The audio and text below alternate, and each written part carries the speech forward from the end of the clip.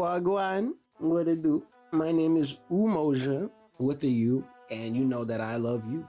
Not really, I have no idea who I'm speaking to or who is going to actually see this, so I'm not sure if I love you, but I could love you in the future if that means anything to you right now. But what I'm talking about today is fine art, because I love me some fine art, and this is aesthetic TV, so we talk about aesthetically pleasing things, and all of these that I have, I guess, curated together in this little simple slideshow aesthetically pleases me, and you know your boy dabbles a bit in the finer aesthetics. So we're just gonna hop into this, and yeah, I hope you get something out of this, and that is all I could ask for. So the first painting I have here is titled All I Know of Wonder by 𝗚. She is a black artist from the 1900s, somewhere in there. I'm not entirely sure, and I'm not going to look it up. But anyways, the medium for this is oil on linen canvas, and it has the African borders, which you can see around, that pretty much just invites you to the picture. If not that, her bikini will probably do it, and that is 𝗚 herself in the picture. I'm not sure who the all black figure is, but I suppose it's just to drive home the point of this picture, which is that the black bodies are a wonder to 𝗚. So this picture is just admiration for that. And I mean, the painting itself, the background is luscious. It's beautiful. The water looks nice reflection as well in there. So she's just trying to driving home the point, you know, beauty. Yeah, but I love this one. It's really nice. And his feet just happen to just get onto the border. I'm not sure how that happened. All right, and the next one we have again is from 𝗚.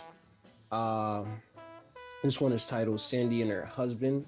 I'm not sure between the two that I have here which one I prefer, but they're both beautiful works if you ask me. But this one is oil on canvas again, and it's from 1973.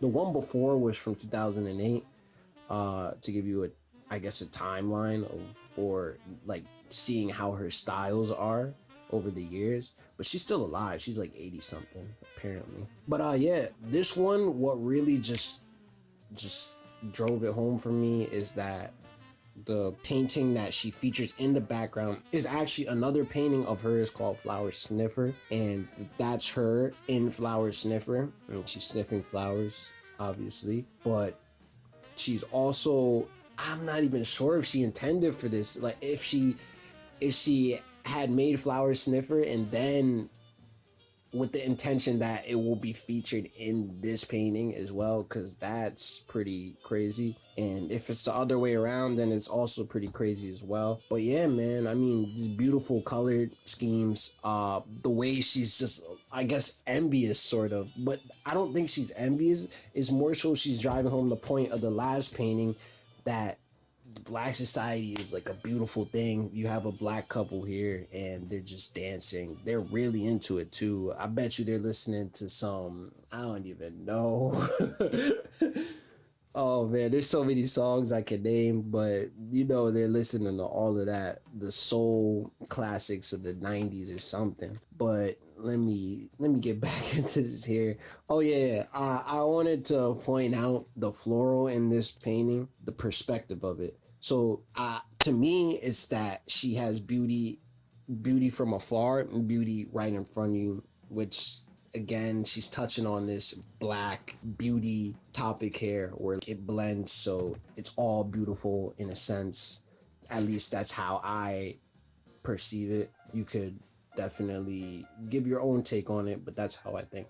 But yeah, the perspective, you have this plant right in front of your face, and then you have her sniffing the flowers in the back. Awesome stuff. Next one is Les Amants, which translates to the lovers two. I don't think the two is in there. I'm not sure. I don't speak French, but that's French. And this is by Ren Magritte. I may not have pronounced that right, but he's a surrealist painter, probably, if not the most known painter that I have on this slideshow, definitely one of them. But this from 1928, this is oil on canvas medium, and yeah, I mean, it just really speaks for itself. Like, you could just tell the surrealist features in it, because, you know, surrealists like to just, how do I say this? They like to for lack of a better term, they like to just hit you with some weird looking shit. But this isn't like extremely weird, but when you just kind of ponder on it for a while, it is kind of weird. But there's like a slight backstory to this apparently. So Magritte's mother was very big on depression. So she was suicidal, and she had killed herself. But apparently, which I believe this is not true, but if it is, then it only adds more lore to this. But she had been seen by a young Magritte in a river dead from, you know, and she had the fabric of her skirt wrapped around her face. So that image kind of just was ingrained in the Magritte, and you get works like this. I think he also touches upon it in other works as well. But yeah, it's just interesting. I also feel like a way to look at this is that we don't truly know who we're loving until we unmask, I can't say that right. Unmask ourselves. And by ourselves, I mean both. In this scenario, I mean you and your lover need to unmask yourselves, because you have to understand yourself, and you have to understand who you want to make love work, right? I would hope so. Then that's just blind love. And that sounds like a movie that came out in the 2000s, but I could be wrong.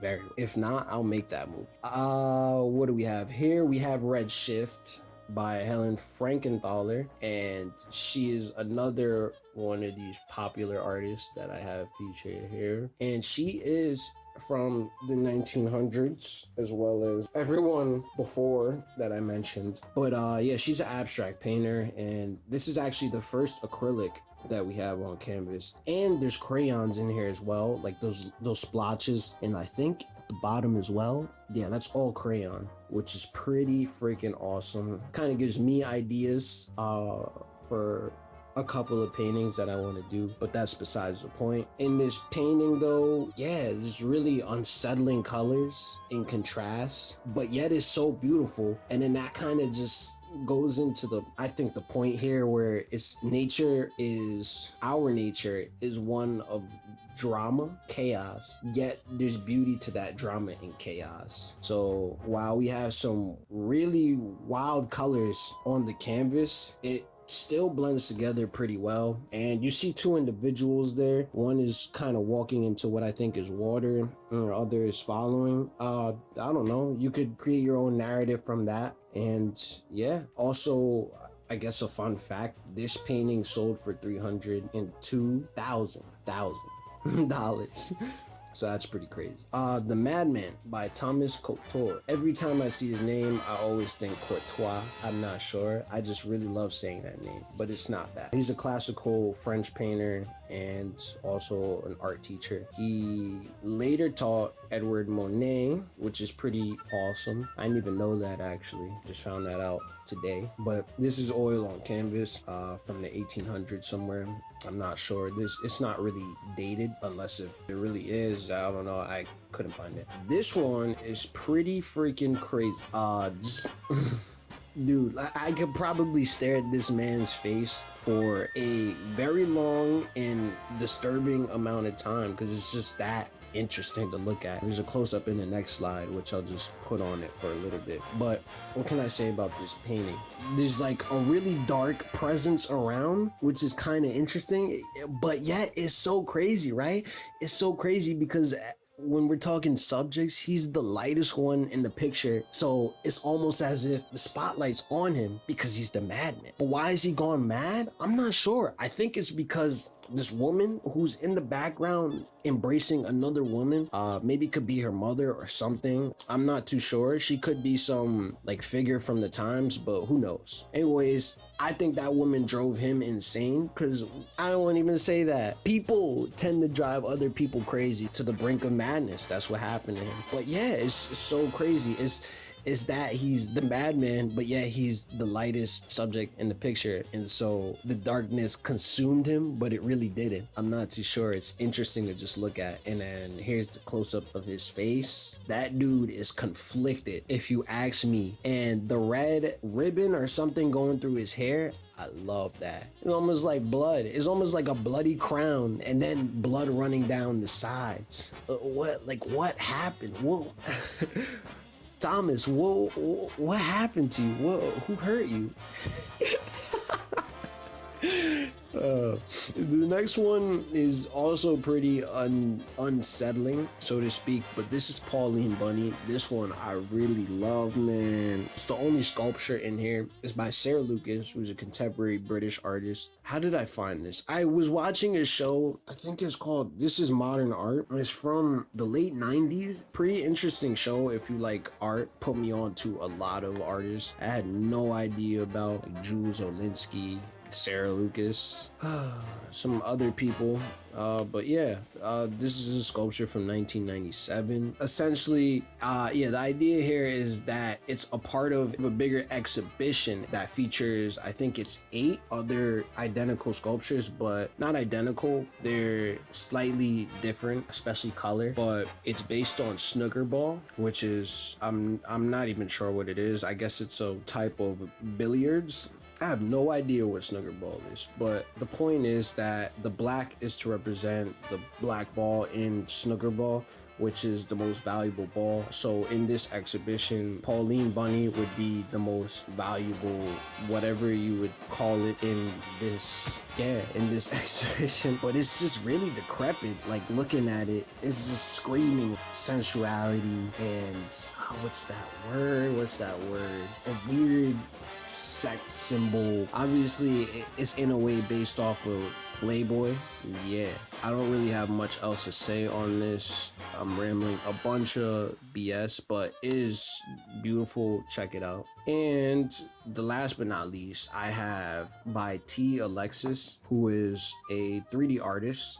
Their actual name is Alexis Christodoulou, if I pronounce that right. I'm not sure. The idea behind their artwork is that it's imagined architectural spaces, and this one here is Untitled. I don't know if she names their works, but god damn it, they're so beautiful. It just almost makes me want to at least take a seat in it or just live there, but I can't because it's fictional and it doesn't exist, but it's just beautiful. This one here, it's almost like the top of a tower, right? You have the window there that overlooks the sky view, and dude, it's just screaming opulence as well, but in the most minimalist way. It doesn't even it hurts my brain that is just so beautiful. And yeah, you just have to check out his works. It's at 𝗙𝗃 on Instagram, like tea that you drink and then Alexis. But I really have nothing else more to contribute to this, and I hope you enjoyed the works that I showed you, because I definitely do on a daily basis, especially in this time of quarantine. And above all though, keep enjoying those aesthetics. Enjoy what you enjoy. And